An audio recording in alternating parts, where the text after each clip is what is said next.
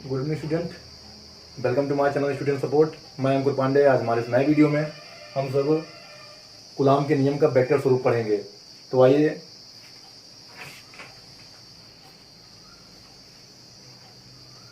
Coulomb के नियम का वेक्टर स्वरूप, इसको इंग्लिश में कहते हैं वेक्टर फॉर्म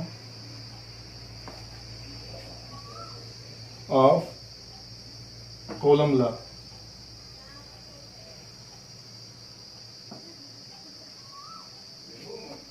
तो आइए सबसे पहले हम फिगर के माध्यम से समझते हैं।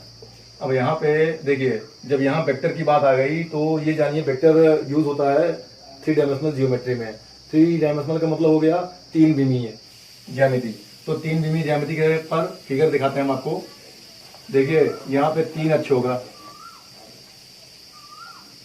ये हो गया एक्स एक्सिस, ये वाई एक्सिस,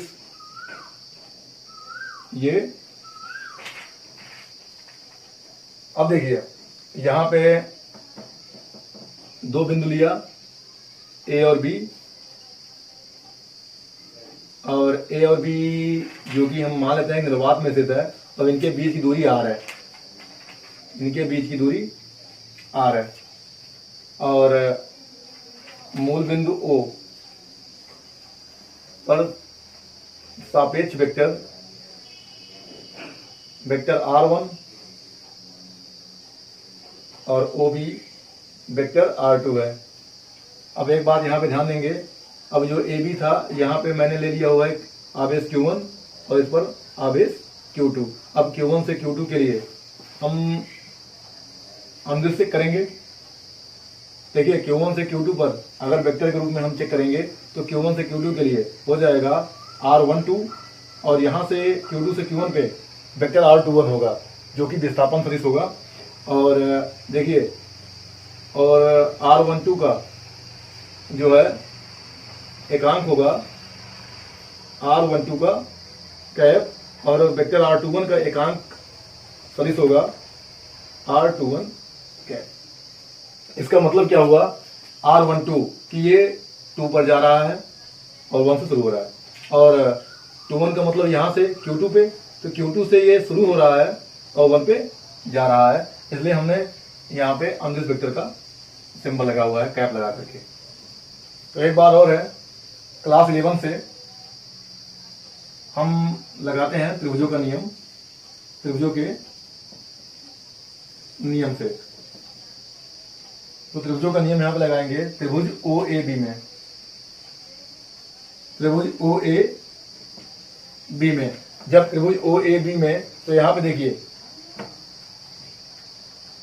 कि OAB में, तो ये फिगर हम कुछ ऐसा मान ले रहे हैं कि ये O से शुरू हो रहा है, A जा रहा है, फिर A से शुरू होकर के B जा रहा है, फिर O से जो है B जा रहा है। तब OA R1 है, और OA से मतलब A पर Q1 है और B पर Q2 है, तो यहाँ पे क्या हो जाएगा वेक्टर R12 हो जाएगा, और ये R2 जैसा कि फिगर में दिखाया गया है। तो फिगर कुछ ऐसे है। जब त्रिभुजों का नियम लगाएंगे तो देखिए यहाँ से आपका बाण शुरू हो रहा है, यहाँ पे खत्म हो रहा है, फिर यहाँ से बाण शुरू हो रहा है, यहाँ खत्म हो रहा है, तो इनका योग इनके परिणामी योग के बराबर होगा। ये बात आप क्लास 12 में पढ़ चुके हैं। तो यहाँ पे क्या हो जाएगा, इनके हिसाब से ये यहाँ से शुरू हो रहा है, यहाँ पे ये हो जाएगा R1 sorry vector OA plus vector AB बराबर हो जाएगा वेक्टर OB। तो देखिए OA ये हो जाएगा R1 vector plus AB R12 vector बराबर OB R2 वेक्टर। तो देखिए यहाँ पे हो जाएगा R12 वेक्टर बराबर होगा R2 माइनस R1। देखिए एक बात ये हो गई। अब देखिए इसी के अनुसार तथा या अतः लिख देंगे, अगर R21 की बात आएगी तो हो जाएगा R1 माइनस R2। ये हम मान लेते हैं कंडीशन नंबर फर्स्ट। एक बात ये आ गई कि त्रिभुजों के नियम से वेक्टर से। अब एक बात ध्यान देंगे कि यहाँ पे जो है आगे बढ़ते हैं। अब आपको एक बात और दिखाएंगे कि यहाँ पे Q1 है और Q2 है। अभी तक तो हमें ये बात क्लियर नहीं है कि आवेश की प्रकृति क्या है। अभी मैंने यहाँ पे दो आवेश लिए हुए थे निर्वात में करीब r मीटर की दूरी पर रख करके। तो यहाँ पे देखिए दो स्थितियां हो सकती हैं, या तो दोनों आवेश समान होंगे या दोनों आवेश एक दूसरे के विपरीत होंगे। और जब दोनों आवेश समान होंगे तो आपको पता ही है प्रतिकर्षण बल काम करेगा। जब दोनों आवेश एक दूसरे के विपरीत होंगे तो उनके बीच आकर्षण बल काम करेगा। तो फिगर कैसा होगा आइए आपको दिखाते हैं। सपोज करिए अगर ये Q1 है, ये Q2 है, तो यहां के लिए हो जाएगा R12 कैप और यहां से R21 कैप। अब देखिए अगर Q1 Q2 is greater than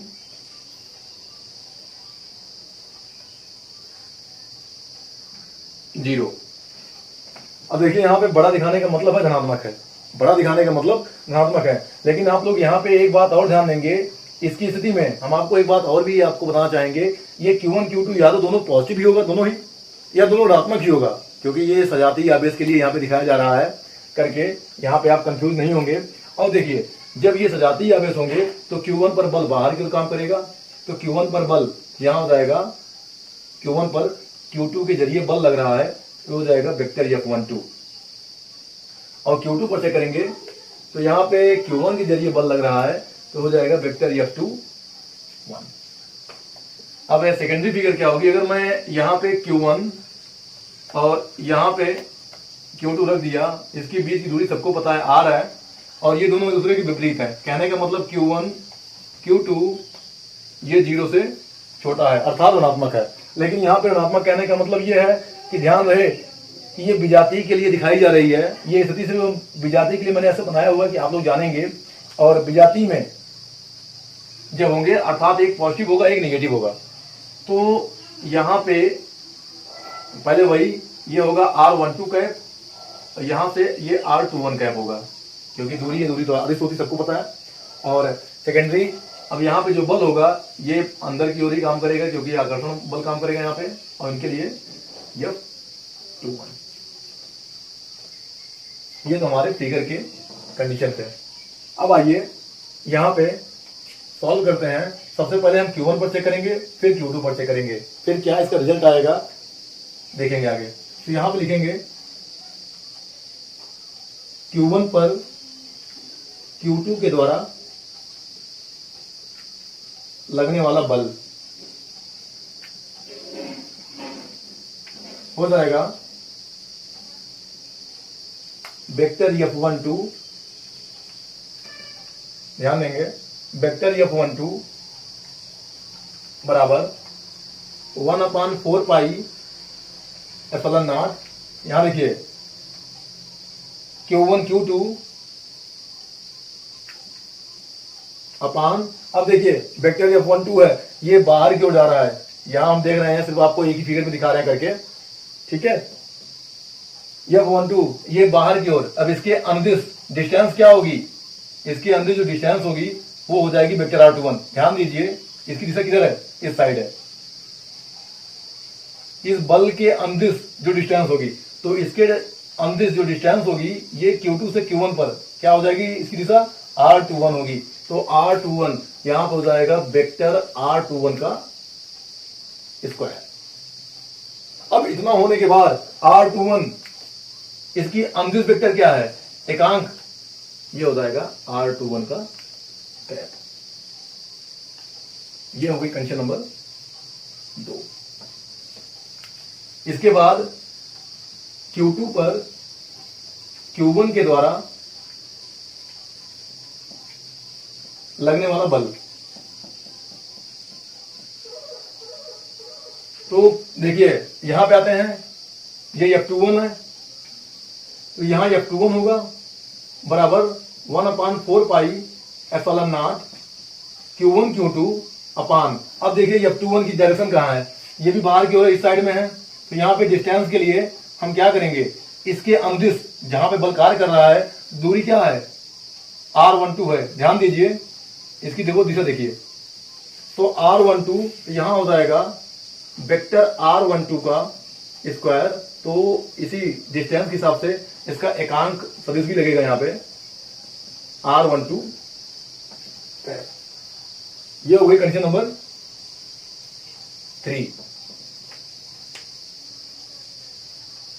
तो देखिए यहां पे कहने का मतलब यही कूलॉम के नियम का वेक्टर स्वरूप है। आइए इसको और भी सॉल्व करते हैं, और भी क्या स्थितियां हो सकती हैं, आगे बढ़ते हैं।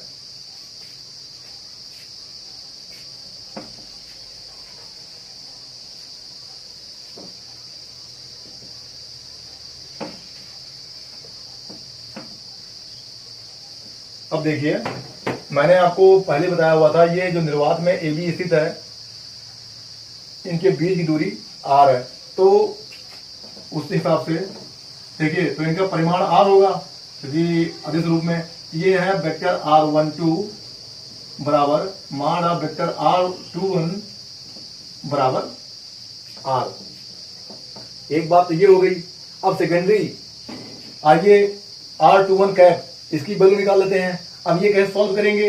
आपने क्लास 11 में पढ़ा हुआ था कि अगर कोई वेक्टर हो तो उसको हम लोग लिख सकते हैं माड ऑफ वेक्टर ए कैप, ये उसका परिमाण था, और ये एकांक वेक्टर था जिसको यूनिट वेक्टर कहते हैं। तो देखिए, तो यहां पे ए कैप बराबर होता है वेक्टर ए अपान माड ऑफ वेक्टर ए, कुछ इस तरीके से। तो सेम वही स्थिति हम लोग यहां पर भी लगाएंगे।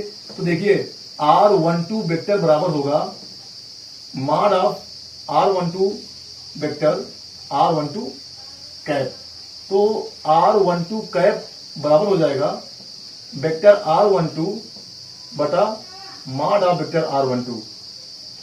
अब इसकी वैल्यू देखो, ऊपर R दी गई है, तो ये हो जाएगी R12 cap, sorry vector R12 बटा R12 कैप, और यहां पे इसी के अनुसार R21 कैप का मान हो जाएगा R21 वेक्टर अपान R।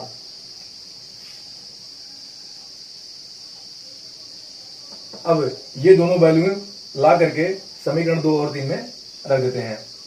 तो समीकरण 2 और समीकरण 3 से, तो आइए क्या होगा। देखिए फिगर हम यहां से हटा नहीं सकते हैं, आपको भी दिखाएंगे, कुछ और भी है। तो समीकरण 2 और 3 से, तो पहले समीकरण 2 चलते हैं।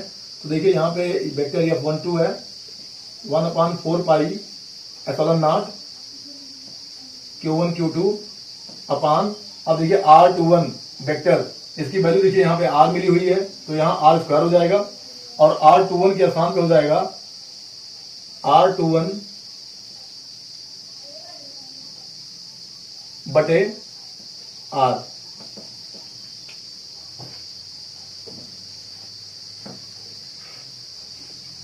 तो यहां हो जाएगा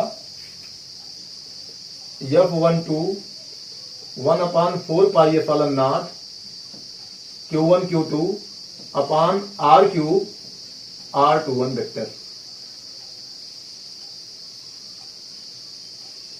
एक तो ये हो गई, जिसको नाम दे देंगे समीकरण नंबर 4। अब आइए ये वाली वैल्यू थर्ड में रखते हैं, तो क्या होगा। अब देखिए यहां पे ये चीजें नोटिस है, यहां पे इसलिए मैंने इसको मिटाया नहीं, तो बचा के रखा हुआ है, इससे गलतियां ना हो। अब देखिए ये हो जाएगा F21 वेक्टर लगा करके बराबर 1/4 pi epsilon not Q1 Q2 अपान, इसके स्थान हो जाएगा R स्क्वायर। अब R12 कैप के स्थान पे हो जाएगा R12 वेक्टर अपान R।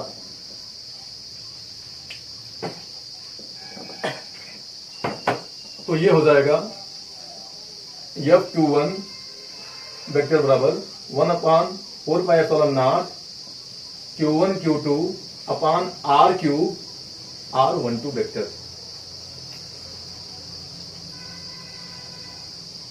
ये हो गया समीकरण नंबर 5। तो उपयुक्त समीकरण 2, 3, 4, 5 की कूलॉम का नियम का वेक्टर स्वरूप है। और आइए आपको और भी कुछ इसमें दिखाते हैं समीकरण 4 और 5 में थोड़ा बदलाव करके, वो भी हम जान लेते हैं।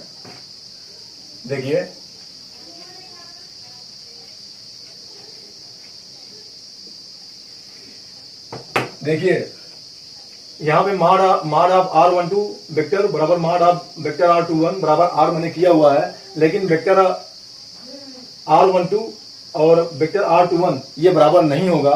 तो कहने का मतलब ये कुछ R12 वेक्टर बराबर तभी होगा जब ये निगेटिव कर दें। क्यों? क्योंकि इसका मतलब क्या हुआ, 1 से 2 तक, इसका 2 से 1 तक, इसका मतलब दिशा विपरीत है। दिशा विपरीत दिखाने के लिए मैंने निगेटिव लगा दिया। जब मैंने निगेटिव लगा दिया, दोनों की दूरी बराबर हो गई, बराबर आर के बराबर हो गई। तो देखिए, तो समीकरण 5 से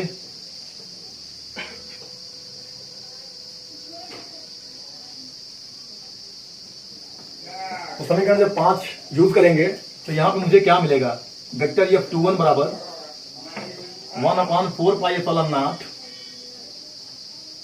Q1 Q2 अपॉन R3। अब वेक्टर R12 के स्थान पर हो जाएगा माइनस वेक्टर R21। ये निगेटिव मैं अगर इधर कर लूं तो F21 बराबर minus 1/4 pi epsilon not Q1 Q2 upon R3 R21 vector. अब देखिए ये निगेटिविटी है, ये दोनों सेम है। तो देखिए इसके स्थान पे हम ये 1 2 पुट कर सकते हैं। तो ले देंगे समीकरण 4 से, ये हो जाएगा F21 वेक्टर बराबर माइनस F12।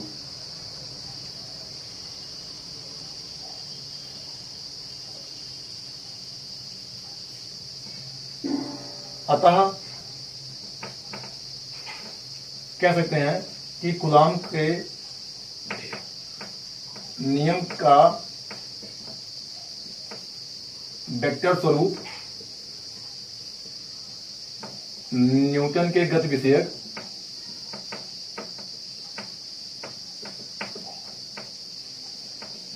तृतीय नियम का भी पालन करती है। नियम का भी